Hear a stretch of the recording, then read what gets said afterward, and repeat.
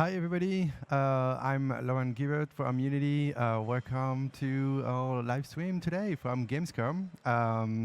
We're going to be talking today about IXION from Bulwark Studio. That's the developer published by Casino Games. This is a game, a city builder, strategy, simulation.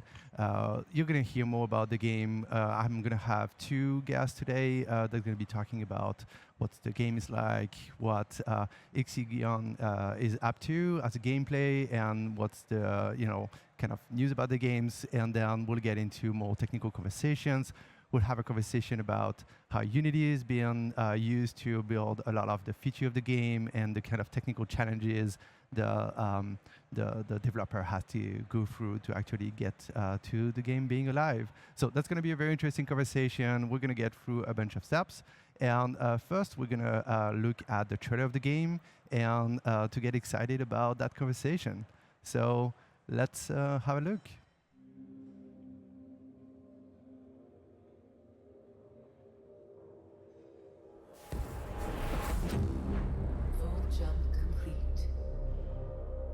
Hull integrity compromised. Likelihood of station survival stands at 7%. Repairs imperative.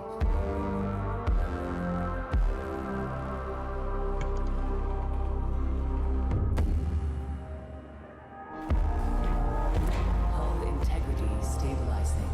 Likelihood of station survival now stands at 9%.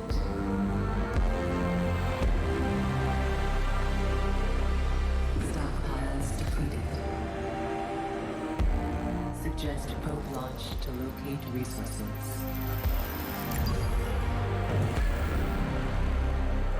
Mining ships deployed.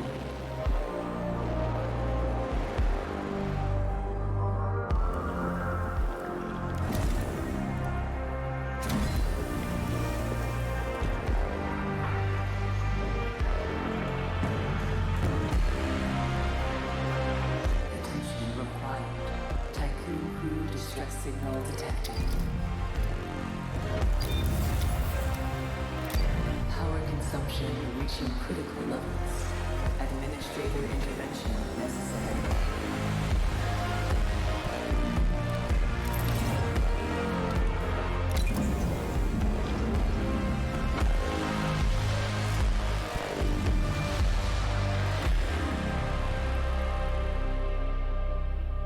Magnetic storm intercepts proposed trajectory. Caution. Likelihood of station survival stands at 15%. Fallout 14%. 12%. 7%.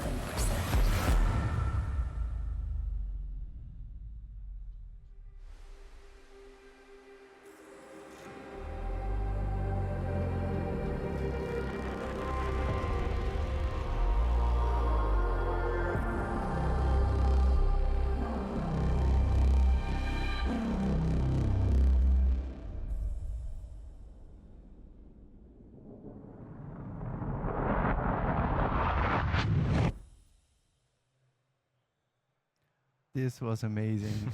Totally my kind of game. I can't wait to put my hands on this. So I'm joined today with two co-hosts. So just a little bit of details on my side. I'm the lead product manager for DOT technologies at Unity. So overseeing the strategy for that kind of technology. We'll get to a little more details about what DOT is exactly. But we'll also talk about all the features of the game with our two guests. We're going to start maybe with Christian, just next to me here on the show floor. Christian is producer for Casino Games. Would you like to introduce yourself? Yeah, no, it was really cool to see the trailer there. Yeah, my name's Christian. I'm the producer on IXION, working with Casino Games, and yeah, it's a pleasure to be here today. Amazing. And our second guest today, from whom we're going to hear a lot about, and especially the technical details of how things got together, Jeremy Geary from Bulwark Studio. Jeremy? Hello, everyone. I'm Jeremy. I worked at Bulwark Studio, and I did all the technical parts of IXION. Amazing. So let's start maybe with a little bit about the games. We'd like to understand how is the experience going to be looking like for players, and maybe a little bit of the history around IXION. Yeah, so the really short pitch is it's a narrative city builder. The player takes control of the Tycoon space station, and the initial mission of the station is to find hope for humanity amongst the stars. As part of the game, in the prologue, we soon discover that our initial engine test launch has blown up the moon. So we find ourselves looking after the remains of humanity and trying to find new hope for them, a new planet to colonize. That's really interesting. So, what kind of inspiration have been at the inception of the gameplay design? Yeah, so initially it all stemmed from a series of images that NASA commissioned from Stanford University.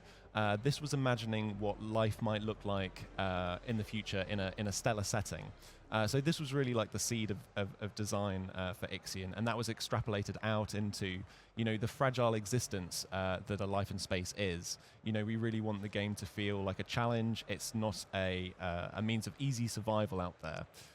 So yeah, that challenge is really important to the game.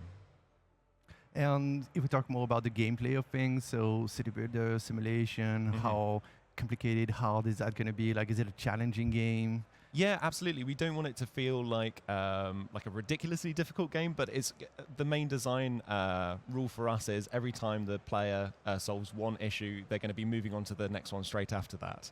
They're going to be dealing with the hull degrading over time. They're going to be dealing with the trust of the crew in you, and also the power demands of the station. And also with the station being split into 6 sectors, there's certainly going to be a lot for the players to deal with. Great. And the trailer we've seen 2022, when is it exactly coming out? Yeah, so we announced the release date Wednesday morning, November 16th. So only a couple of months now.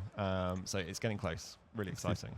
This is very close. So yeah, I guess people can go on Steam or various platforms and wishlist it already. Yeah, absolutely. It's Steam focused for now. And yeah, please give it a wish list, give it a follow. We're over on Discord and Twitter as well for people who want to follow the progress of the game. Awesome. So let's get into more of the technical weeds of things. So we're gonna want to hear from you, Jeremy, about the kind of challenges that happened during the production, the kind of technologies that you had to use to overcome those challenges. Yeah, we wanted to have a hard sci-fi game, so we want to have realistic graphics. So to do that, we choose to use HDRP to have realistic rendering, to have realistic lights, good materials, nice reflection on them. And to do that, we also used assets from the asset store to buy us some time and do things quickly.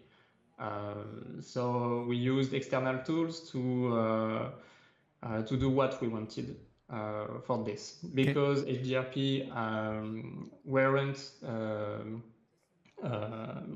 an old technology. It's just released, so we have to find how to do things with that, and it works well for this game. Yeah, definitely bleeding edge. Do you have a couple names of assets you've been using? Yes, we are using HDRP Outline, for example, or Amplify Shader Editor to make the shader. I will talk about them a little bit later. But we also used other technologies from Unity, like the timeline tool and with the cinematic. Our artist team has done the trailer you saw and the cinematics in-game with that tool, so it's in engine. And we also use the recording tool that Unity gave us to record the screen and make a video in Oh no, we have a little connectivity issue on that. Oh, he's back. Oh, perfect. Sorry, we lost you just for 5 seconds. Do you want to just repeat your last sentence? You were talking about some of the super amazing VFX effect. Okay. The artistic team used the recording tool to make the 60 FPS video, and they were really autonomous. So the tools are really well made by Unity. So it fits your need for that. This is great to hear. And I guess with all those amazing effects comes some optimization challenges, maybe? Yeah, we are doing optimization right now, and so we are finding how HDRP works. But yeah, it worked well. We have to deal with draw calls, something like this. We used also the VFX graph to do some VFX you saw in the cinematic and the trailer earlier. And it worked well because the VFX graph generates shaders that are compatible with the GPU. So it saved a lot of on performance. That makes a lot of sense. And talking about performance, I guess we're going to get into dots specifically. So just before we get into dots, I'd like to give some context to everybody here in the chat, listening and watching the stream. So dots stands for Data-Oriented Technology Stack. This is something that Unity has been working on for about 4 to 5 years now. We've been communicating a lot about dots early days during Unite 2017, 2018, 2019. And then we went a little bit silent about it because we had a bunch of studio making games with the early versions of dots, including ECS, Burst, Jobs, but in particular ECS was experimental for a long time. And ECS, Entity Component System, is a framework we're bringing to Unity to help push back the limits of the architecture of Unity, giving control and determinism so that you can build bigger games, more ambitious games with Unity. So we're going to talk a little bit about dots. How did you came across dots and why did you need to use it? So to add a little context before speaking about dots, we make a turn-based game before IXION. So we don't have the same optimization issue. We don't have to the game run at 60 FPS all the time. So we used game object, C# patterns to make the gameplay code. But when IXION comes, at the beginning of the development, we use the same techniques. But when the game is scaling, so the player add buildings, more and more buildings, have many citizens, optimization issue appears. So what we have done, I checked the ECS version at that time. It was 1.17, if I remember well. So we give it a try. The goal here were to manage the citizens. In the Tycoon, in the Taurus, we could have up to 6,000 citizens at the same times. A citizen have to be rendered, have to needs data on him, the name, for example, or the where are his house. So there is a lot of data. And in the gameplay code, we need to know which citizen is hungry or which citizens need to be hospitalized for the gameplay. So and I guess maybe for clarification, so you said at a certain point you got to hit some limits where you needed to kind of introduce a new technology to get beyond. And do you have any idea what was the number of citizens when it became to be like difficult to use with game object and you had to go to ECS? Yes, when we arrived at 100 citizens, the C# pattern and the game object patterns will take too much CPU. So we can't use that technology for this. Maybe there will be some things to do with multi-threading, etc. But ECS was done for that. So we use this. And it's definitely something we've been hearing from a lot of other studios. Like definitely when we get to certain limits, like jumping to ECS gives additional room for growth and complexity. Though at the same time, it's something that needs to be very clear for everybody watching. ECS was experimental. This year, we're getting progressively to a version of ECS that will be supported as a basic feature of Unity. That's something that we're preparing for 22.2. But I have to tell you, we're going to be communicating more about that around the releases, that it still requires some understanding on how a game engine works. So maybe ECS is not exactly accessible to every single Unity users, but when you get to begin to hit those architectural limits, that's when you might want to look into it. Yeah, at the start of the development, ECS were,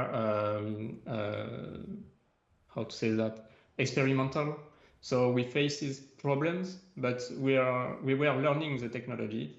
So problem after problems, we solved them to achieve something that works on the game and very optimized. Because we use also jobs for the pathfinding systems, the rendering part of the game. Yeah, we have some difficulties, but it worked well at the end. And when you kind of introduce a kind of technology in there, what's the experience of fighting those optimization problems, profiling the code, and getting into a good understanding of where you need to actually act? Yes, you mean how to detect the optimization we can do? Yeah, exactly. What kind of, how did you came to find some of those problems? Like, I think we've been talking about the experience of profiling or some of the navigation of the citizens. Yeah, we used a lot the profiling tools that Unity provide to see which methods take the more time in milliseconds. Also, we used the entity debugger tool to see how our entities and if the entity has the right tag to see if there are bugs. The profiling tools is really cool because you can activate or deactivate bursts and see what the difference in terms of optimization.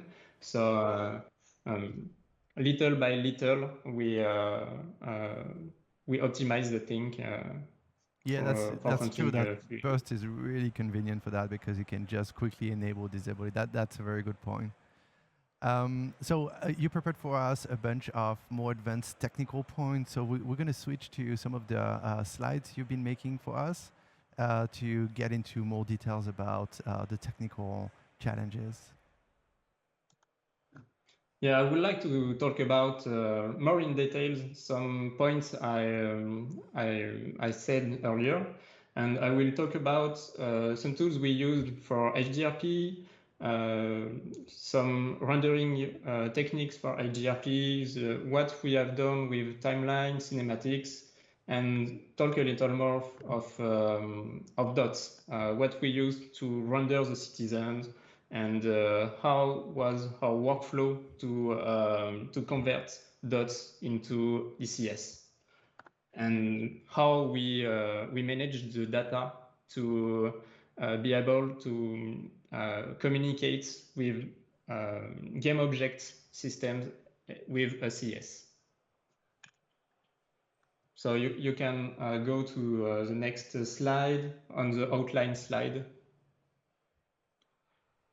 I will talk about the outline system we attach to the game. So to be able to highlight a building or select a building, we want them to add feedbacks to be bright or changing colors or just show the outline of a building. This kind of system can be time heavy to produce. So we search on the asset store if there is something else already done. And we find HDRP outline that fill our needs. The HDRP outline assets can show an outline, select colors, and show the interior of the building with a certain color. Like you said in the video, we can show if a building is activated or not very quickly.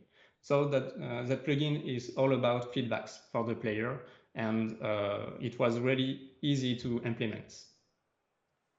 So that's all for the first part of HDRP. Should I move on? Yes. For the second part, it's a big problem we had in the production, and we have done a lot of rework on the system. It's all about the rendering of the planets and large objects. Large objects means high numbers, and when you are talking about high numbers, Unity will make some weird issue because the floats are really high. So Oh yeah, we're talking about high values here. yes. So yeah, when you get to very high values, floating point computation might become a little bit hectic and produce unwanted results. Yeah.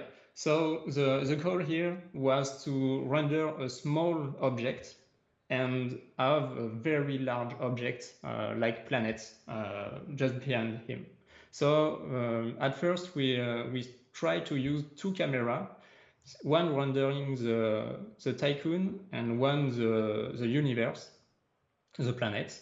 But we are facing issues about shadows, particle, post-process volume. It's not very compatible, or a post-process will be on one camera and not the other one, something like this. So, and it takes also a lot of CPU. So we try another techniques with the composition package, but we don't achieve what we wanted. The composition package could render multipass from a camera and add them, merge them with only one camera. But I don't remember well what's not going on well, but we didn't achieve what we wanted.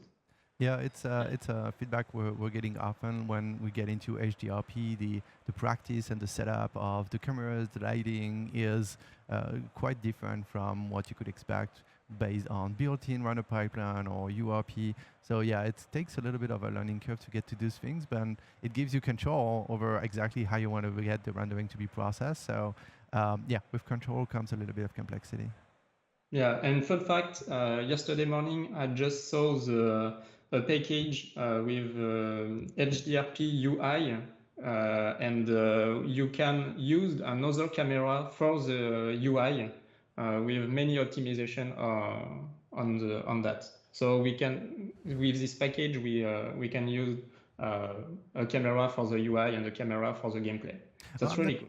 I'm not sure we mentioned it before. What was the Unity version? What's the Unity version you're on for the production? We used Unity 2020.3, the last one, I think. 2020 LTS.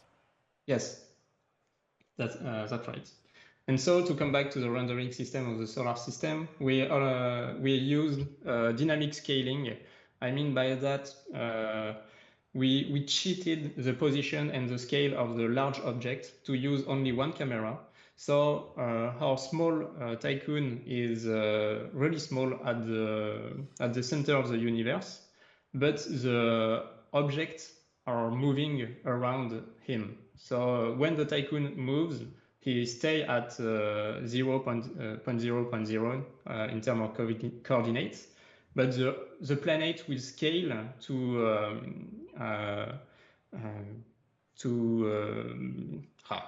don't know the word. We simulate a scale to make the planet bigger or smaller, and so they're not really so far away from the users. You keep them close by to the camera, who's at the center of the scene, and you basically act on the size of the planet as opposed to move it far away. Exactly. That's really smart. It's like something out of Lord of the Rings. We had issue with that. When you rotate the camera around the tycoon, the camera may enter in the planet because the planet is really close to the tycoon. So we had to manage that. That's really clever, and yeah, I get your reference. Like the camera perspective. Yeah, when we're live action and kind of using very small sets to give the impression of a larger set. That's really clever. Yeah, and the solution is working well on that. So if there isn't any question, we can So far, we're skip not to seeing the. any question on the chat. Anybody watching, please let us know if you have any question. We can go to the cinematics part. Yeah. So as I said, the artistic team used Timeline and Cinemachine plugins to make cinematics. We have done two types of cinematics, a real-time one and a pre-calculated one. So for the real-time one, the artistical team were autonomous. They use Timeline, Cinemachine to make the composition and the effects. And they are really alone. They didn't ask to the dev team a specific tool. We just Yeah, it's all about design iteration time. So if you don't have to bug a developer about making things work, then they on their own, they can iterate on that design and get to the result, validate that, I guess, with artistic direction without having to get a developer in the loop. Yeah, they just give us a scene with a start and an end point. And the developer team just plays the scene. And when the timeline is finished, we can get back to the game. So it was a very good tools for that. And very well polished. They didn't have any problems. They learned a lot during the process, but it worked well. So in the next slide, we will see a small video of the tool. For example, this is the Vol Engine cinematics. So you can see all the tracks on the timeline, which is quite huge. And on the first one, on the first track, you can see in red, you can see the Cinemachine, the camera handled by the Cinemachine. So they just have to position the camera, handle the traveling of the camera with Cinemachine tools. And it worked quite well. And also, this is not in play mode, so they can make the VFX and just go through time to see if the VFX works well, and if they are back to time, the VFX will rewind also. That's quite cool. I've seen that sequence already, but every time I'm seeing it, I'm so amazed how beautiful it is.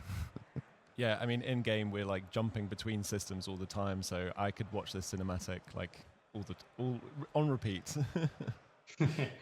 And yeah, this cinematic is not pre-recorded, so when you play the game, your processor and your graphical card will render it.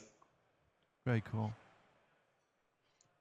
Nice. And for the pre-calculated cinematics, so the goal here is to make teasers or video, or also in-game video.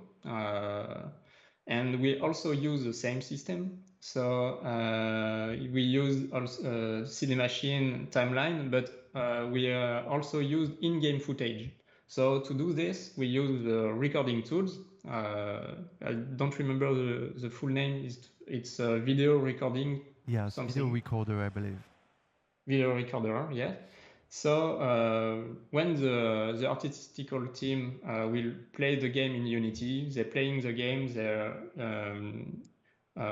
push the recording button and the video is recording. A fun fact for that, to render a video in 4K and 60 FPS, when you launch the game with that resolution, the game will be not at 60 FPS. It will run at 10 FPS. So the artistical team has to play slowly to simulate how to say that? Yeah, getting slow motion gameplay so that it looks realistic in the end. Like they did have to take a couple takes before getting it right. Yeah, that's right. And we can go to the next slide. There is a video that's showing you this. For example, the game is running at 30 FPS, and when the artistical team push the recording button, we saw all the citizens are moving slowly. It's because the game is running at 10 FPS. We can see the mouse moving slowly. It's because the artistical team runs smoothly to simulate fluidity. And after the recording, we will see what the video is. Yeah, And in-game cinematic are really good because you don't. I assume you didn't have to recreate any assets to produce the cinematic. That's the same than you have in a game. yeah, and in terms of what the player see is really what it's in game. So it's really cool for the players and for us because it saves us a lot of time. I do feel bad when I have to ask them for trailers when we're marketing the game now, knowing that they have to go through this process. Yeah, we have tools to make the life easier for the artistical team. They can set up the tycoon with cheats. They can place building where they want without playing the game. So they just have to make a new scene, put the building where they want, and recording what they want also. So that's good for us. For us. And then we can go to the next slide, and we can talk about dots. So again, if you've joined late, DOT stands for Data-Oriented Technology Stack, and it's composed of three things: ECS, Entity Component System, Burst Jobs, and Burst and Jobs being available in Unity since 2019 LTS and are supported for production. ECS was experimental for a long time, and this year we've been bringing ECS to Unity, version 1.0 that will be supported as any other feature of Unity. And that should help everybody create bigger games. And so we use this for our system, our citizen system. How we start to use dots, so like I said earlier, we have a citizen system working on game objects, and we try to convert this system in with ECS. So step by step, we converted system by systems to keep the old system running with the new system. So we had to convert the movement, the rendering, the gameplay data step by step to not break the game. And for example, the rendering system, so we used animators and mesh renderer before that, but when you're using ECS, it's not recommended because when you have 6,000 citizens on the display on the screen, you don't want 6,000 animators running. So we have to use other techniques. So the constraints here were optimization. There is a lot of citizen display on the screen, and each citizen have multiple skins. So how do we have done that? We have created a mesh that contains all the objects and all the skins that can have a citizen. And for each citizen, we send data to shaders, and this shader selects in the texture. You can see on the top right. There is a small texture with splitted in, I don't remember, 3 by 6 square, and one square represents one skin. So if a citizen has the skin number 2, we will select the texture in that atlas.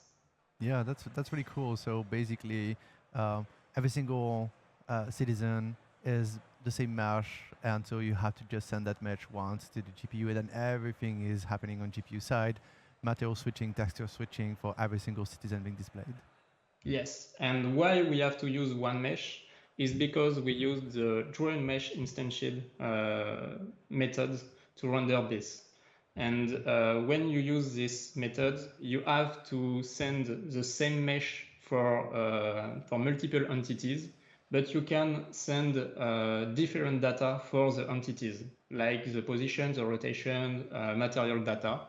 And you can draw 1023 mesh in the same draw call with different data. So that's a very cool optimization, and it's the GPU instancing method we can use to render many things that share the same mesh. So in a sort of way, something that is interesting to note here for anybody watching is the usage of Dart gave you a lot of room for simulation, scalability, and performance on the gameplay side of things. But ECS stops at the gameplay code, and then you jump into the regular pipeline of Unity. So SRP, URP, HDRP, whatever that is. And so that means like you need to both have optimization on the gameplay side of things, and that's why you've been using ECS. But when you jump to the rendering side of things, you have your own set of optimization to actually get all of those citizens being rendered efficiently on the graphic card. Yes, and this optimization run on ECS system, and the calculation of the position, the rotation of the citizen are calculated in jobs. So we used all the systems to have the best optimization possible. So there is a system that renders the citizen. In that system, there are jobs that calculated the matrix we will send to the rendering engine. So you can merge all the technology and it works. It works well. This is very cool. So and yeah, also you can saw the shader we have done with Amplify shader in the small GIF, and you can see in this shader parts of what handles the Atlas texture, the rendering stuff for the citizens, and also what we used for the animation system. So you can go to the next slide. Well, just before we do that, because there is something that bugs me since we're seeing this slide. What is stuck in the chest of that citizen? What's happening here? Well, it seems to have something stuck in the chest. Oh yeah, it's an object. In fact, for animated to animate the citizen and for the skin of the citizen, we place all the objects everywhere. And when we animate the citizens, we are just moving the vertex. Oh, and that's exactly what we're going to talk about in the next slide, right? Yeah. And okay. If the skin don't have an object, the object the vertex of the object are in the same place inside the body, so we don't see the object. Oh, that's a nice trick. Yeah, we used a lot of things. Game development is about tricks, right? It's about the magic of making things happening. This system is not new. There is a lot of other games using that kind of stuff, and we were inspired by them also. And for the animation, so we used the same shader, and the constraint here is to don't have animator, because an animator will be too huge in term of performance. And we can't use also animators with the draw mesh instantiate method. And also we have only one mesh. So we can draw this one mesh multiple times. So we ask us how we can animate this mesh alone with data. So we wanted the shader to do this for us. So how we can send many data to the shader simply by texture. So the dev team converts the animation in a texture format. You can saw in the first GIF at the top the citizen is walking. So it's a FBX animation made by with a 3D software, and we convert all the vertex position into colors and numbers that are in texture. You can see just under the citizen walking a weird texture. It's because there is a lot of number in the three channel, red, green, and blue. And I don't remember well how the texture is working, but I think one column is a frame. Okay, or somebody wrote something the like code, and now you need to, keep that code in a good place and not lose it, because then you would have to reinvent it. Yeah, we have tool. We can select FBX and just convert in texture, and the texture is rendering. So And, okay, so let's pause for a second here in case we have people that don't have expertise in programming over here. So what's happening is the character is having a default pose, and then there is an animation on top of it. And so basically, like, the process go through every single vertex, look at every step of the frame. Okay, that's the new position based on the default pose, so probably recording like the delta between the two and storing that information into a pixel. And then Yes. the whole texture represents for every single vertex what's the relative position they should have if they are at this frame of the animation. Yes, exactly. And we record the animation at 30 FPS.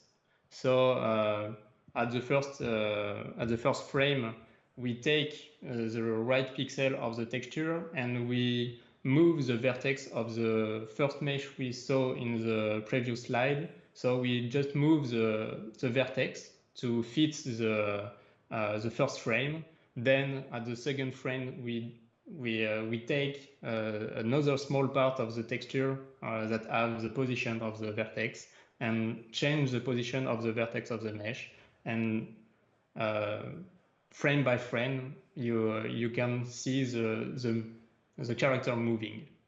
And so you send to the graphic card one mesh, one texture, and then on the GPU you compute the position of all the citizens, and then what's the texture associated with them to lead them, and then what's their current state of animation by just moving vertices around at the rendering time.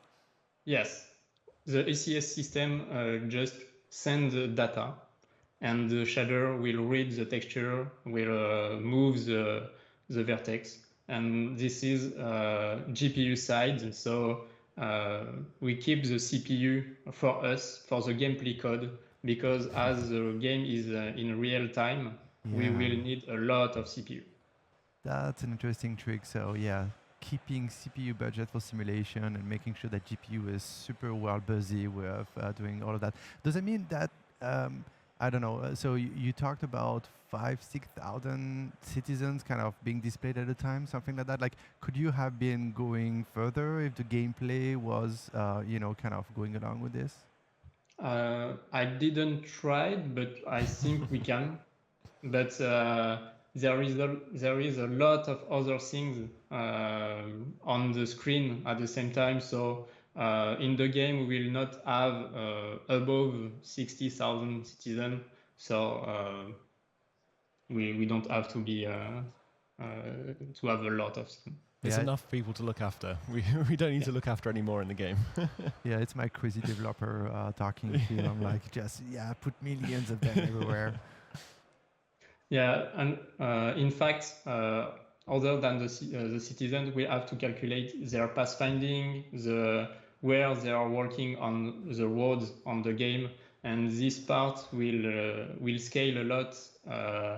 If you have few citizens, the calculation of pathfinding will be low. But if you have a lot of more citizens, this calculation done by jobs and bursts will be high depending on the number of citizens. So we have to put a limit in the numbers of citizens we want Oh to. yeah, and I think when we were discussing the other day, you also mentioned that because the ship is actually kind of a big ring, then Oh you yeah. don't always have to display all the citizens at once, but you do still have to simulate them all so that they kind of have their own position, but the camera will probably just look at a specific number of them at a time.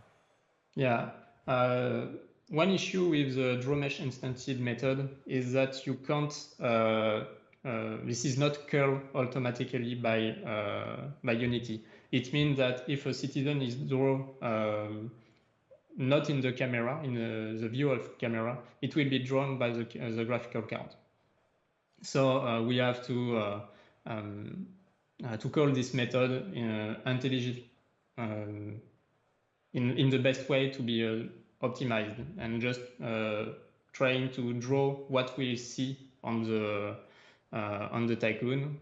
And yes, there is the Tycoon is cylindrical, so there are a lot of mathematical projection to calculate their position. It's not a plane, so we can only use the X and Z axis. We have to project their position and then their rotation, because when they are on the top of the Tycoon, there will be their head will be their feet will pointing be down. at the sail, and their head will be on the floor. So But I it adds guess as a complexity. player, you don't have to turn your screen around, right? Yeah. In fact, the camera inside the Taurus is rotating, so at a certain time you will have the screen on inverted, but you can't see it because the camera will render the things correctly. Great. It was a huge challenge to make a game on the cylinder also. Yeah, I guess it takes a bunch of math. Yeah. So we can go to the next slide to see a small video of what the citizens are. So in this video, it's a zoomed part of the Tycoon, and you can see the citizens moving around the roads with multiple skins and their working animation. And to simulate living structure, when there is hundreds citizens, you can saw multitude things going on the Tycoon. Yeah, it's really beautiful. That's one of the most detailed and complex kind of animations I've seen for City Builder. Very good job. Also, the citizens don't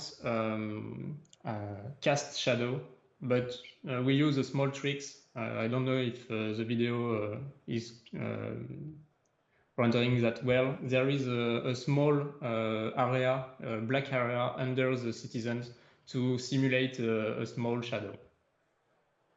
And it's using the same system. Sorry? How does that work for the shadow? Oh, it's a mesh also with kind of a shadow texture that you kind of position on GPU side? Yeah, it's a small plane, and we use the draw mesh instantiated method to draw this with the citizen. Yeah, once you got the math right, then you can reuse that as much as you will, I guess. Yeah. Very good. And so the next part will be about how we communicate between ECS, UI, and gameplay code. And there isn't a lot of documentation on that, so we have to make our own research. And when I say that, it's like a year and a half ago. So now there may be other other methods to do this. Yeah, we've been evolving the system, but in the last year it was mostly about consolidation, and UI in particular is something that is tricky to manage with an ECS system in general. That's not easy because ECS is all about processing the same thing, batching processing on a large number of entities. For UI, sometimes it becomes a little bit trickier to use ECS because of all the dependencies that might exist and the fact that a lot of those things are unique in the game. So ECS is not exactly the easiest to use for UI system. So yeah, I understand it could have been tricky. So yeah, the main goal here was to the gameplay code communicate with the ECS data, and the ECS data on our side is the citizen system. Sometimes in the gameplay, citizens have to die or citizens have to move in another place. So the gameplay code running on C# and C# patterns, game object patterns, have to ask the ECS systems and the ECS data get me that citizens and change his data, or the UI needs to count something, how many citizens are injured or something like that. So we have to to know what happens in the ECS system. So how we did that? At first, we used an event system. The ECS system, when a citizen data is changing, we launched events. So the C# gameplay code can listen to that event, but it doesn't scale well because when you have a lot of citizens, there is a lot of events dispatched, triggered, but you don't need to all the time. So the code were complex because when you start to listen to many events, you have to unlisten them correctly, and it can generate bugs. So we try another systems with I call this cached queries. At the end of the frame, we want to cache results of queries. Like I said earlier, how much citizens are hungry or injured, or how much citizens are in space or in the tycoon, or something like this, or how much citizen doesn't have house, something like this. So at the end of the frame, you can see on the top right a small class that defined queries. So queries in ECS is basically give me citizens that are not die with this specific tag, or something you can determine with components on the ECS system. So we generate multiple classes with queries, and we can ask to this class the result of the queries, and the queries are calculated at the end of the frame. So in the next frame, we will have the results of the previous frame, and we can use that to display in the UI right numbers or what we want. If we want another query, we just have to create a new class with a new queries, and that's it. That's an excellent way to have solved that problem. Like again, in a UI system and event system in general, it's the graph of dependencies that is kind of becoming problematic. But here you basically turn that back into that batching process of, okay, because we have thousands of citizens and there is a bunch of them that will be in the same state, in the same situation. Like you said, somebody that is angry in the citizen, I guess over the 5,000 ones, there's going to be a few hundreds that will be in that state. So all of a sudden you can get back into the mode of batch processing all of them together, as opposed to having to go through every single citizen one by one. And so that's basically kind of turning around the problem from being sort of dependency graph centric back into batch processing of entities. That's really smart.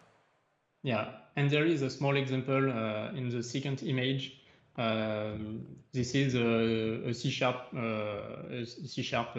code in a UI that loop on a ECS cached query classes, and this class return a native array. So we can loop on the array, do what we want in the array, and do other thing after that. And the code, I wanted the code to be clean. just a method that returns things, and we can use it to do things very in one line of code. This is Because amazing. we have to use this everywhere. So we need to have a clean code. This is great. So Yeah. we have just a few minutes left for us to chat. We're going to be talking a little bit about the lessons learned about ACS and maybe some advice to developers that would like to get into that kind of technology. Just a quick call out to the chat. If you guys have any question, please send us a question in the chat and we'll try to pick it up here live on the stream. We'll get back to a video of the gameplay while we finish up with some of those ECS considerations. So you've been kind of playing with ECS and it was in that experimental state. So I assume it wasn't easy every day to actually wrap your mind around how to use that kind of thing. So what would be the main lessons learned like out of the production for somebody interested in trying something like ECS, and what kind of advice would you have for developers that want to try it? When we start to use ECS, it was our first time doing this kind of thing and working on this kind of framework. So we had to learn how ECS works. And ECS is working differently from the monobehavior system. So we have to think differently when you are creating a new system. Your code has to be well decoupled, and you have to think a lot of which data you need for the gameplay and design the systems depending on that. So it was a lot of reworking systems to be able to have a code really clean, because when you have a lot of systems, it's quite hard to enter the code base and see how things is working. So when you are working with ECS, just a quick context for people watching the stream. So the main difference that exists when you try to work with ECS is exactly what Jeremy is talking about. ECS stands for entities, component, system, and so it forces you to separate things into two distinct areas. Component data is really all the data you're going to have to manipulate, so you can batch process things. And systems are basically those behaviors you write down so that you're going to be processing in batches that data. So this is way different from game objects in the sense that when you write object-oriented architecture, you would want to actually get down into, oh, I have an object, and that object I'm attaching a behavior to that object, and every object in your game have their own behavior attached to them. But in ECS, you need to think about exactly how Jeremy's been well demonstrating that with what we were kind of talking just about before, for example, the UI, like thinking differently. Okay, how can I get back into a mode where I'm batch processing a bunch of events as opposed to just let them being driven by every single object behavior. So yeah, it's a little bit of that mind shift that needs to happen. Yeah, and to do this, the developers have a lot of tools like the entity debuggers that help us a lot to know which system is the order of the execution of the systems is quite well rendered in the entity debuggers. You can see the hierarchy of systems. Also, you can see the list of entities in the game and which tag, not tag, but component data are attached to them. And you can also make queries in that entity debugger system. So it's very cool to develop with that kind of tool, because entities are not things that are displayed in the hierarchy of Unity. So entity debuggers give us something cool to do that. Would you have any advice, like somebody that is kind of, knowing Unity pretty well, they want to get into ECS, like where should they start? What kind of experimentation should they get started with? What's the easy path to get into that kind of thinking? Personally, I started with a Pong example. I think 1 year ago there is a Pong dots exercise given by Unity, and I just wanted to know how ECS works and how we can imagine a game with that. Because you have to handle a new data system with native array, lot of type of objects you have to use to be compatible with bursts, jobs, something like this. So I recommend to start with a small project, 1 or 2 small projects to know what we can do with ECS and how we can do it. Very cool. And then use this in a full project. So I'd like to remind everybody that ECS in Unity is still today experimental. We've been this year working at bringing ECS as a integrated feature of Unity. We started at the beginning of the year with a version of the package, Entity 050, that brought compatibility of ECS with 2020 LTS. Then we released in the second quarter of this year version 051 that brought compatibility with 2021 LTS, Unity 2021. And our next step is version 1.0 of the entities package that bring ECS as the state of fully supported feature as part of the Unity toolset, and that will be compatible with the 2022 tech stream. So this is coming soon for people to try it. I would like to also make sure that everybody understands that Jeremy has a lot of obviously good expertise in programming and in game development. So if you are having a little bit of less expertise, you don't have on staff somebody that understands those concepts, then maybe ECS is not necessary for you to look into. Unity is powering a huge amount of games on the market today, and those games are feasible with game objects, so you don't have to adopt ECS for your next project if you don't get into the technical challenges that you have to resolve, such as the ones that Jeremy's been presenting. So keep that in mind, but if you have in your team that expertise to get into it, you can start integrating ECS into your production one step at a time to go tackle very specific challenges that might be about simulation scale, that might be about building a larger multiplayer games, that might be because you need gameplay determinism for your multiplayer strategies. There's a lot of benefits to ECS. I encourage all of you, if you want to find more information, to get to the forum where we've been communicating. But soon, with the release of Entities 1.0, we'll be sharing a lot of information, updated samples, and guiding principles to get started with that kind of technology. I guess we're going to be wrapping up. Thank you so much, Christian, Jeremy, for being with us here on the live stream at Gamescom. It's been an amazing week so far, and I hope that you're going to have a lot of success with IXION because it looks very great. Thank you. Thank you very much. Thank you.